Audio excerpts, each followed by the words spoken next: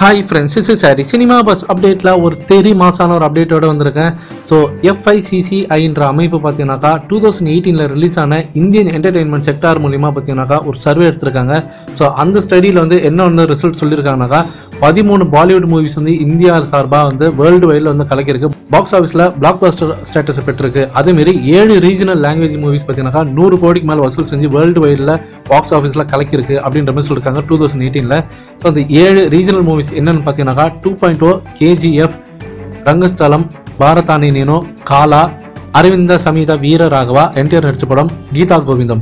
இந்த 7 படத்துல 4 படம் வந்து தெலுங்கு படம், 1 படம் வந்து கன்னட படம், மீதி இருக்க 2 படம் தமிழ் படம். அந்த 2 படமே ரஜினி சாரோட படங்கள் தான், 2.0வும் காலாவும்.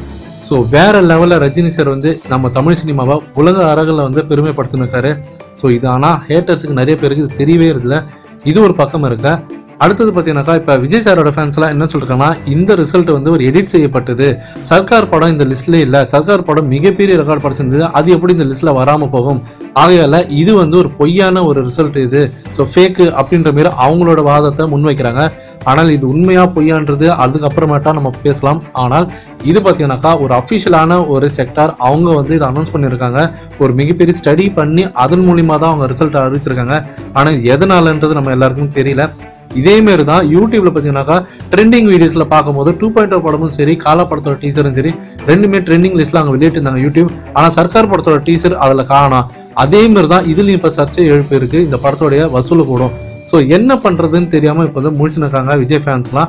ஆனால் இது என்னன்றது இதுக்கப்புறம் தான் நம்ம டிஸ்கஸ் பண்ண முடியும். ஆனால் எது எப்படியோ ரிலீஸ் ஆன இந்த லிஸ்ட்ல ரஜினி சாரோட 2 படங்கள் இருக்கு. ரஜினி சார் நடிக்கிற ஏதோ ஒரு படம் ஹிட் ஆகுறது இல்லை, அவர் நடிக்கிற எல்லா படமே ஹிட்ன்ற மாரி KGF படத்தோட டைலாகோட சொல்லலாம் இதை. ஸோ ஃபேன்ஸ் நீங்கள் கீழே கமெண்ட் பண்ணுங்க. ஸோ 1 படம் 2 படம் வருஷத்துக்கு நடிக்கிறது பெரிய விஷயம் இப்போ இருக்கிற ஆக்டர்ஸ்லாம். ஆனால் நடித்த 2 படமே பிளாக் பஸ்டர் லிஸ்ட்ல வந்து ரஜினி சாரோட படங்கள் இடம்பெற்றிருக்கு. இதை பற்றி உங்களோட கமெண்ட்ஸ் என்னன்றதை நீங்கள் சொல்லுங்கள் ஃப்ரெண்ட்ஸ்.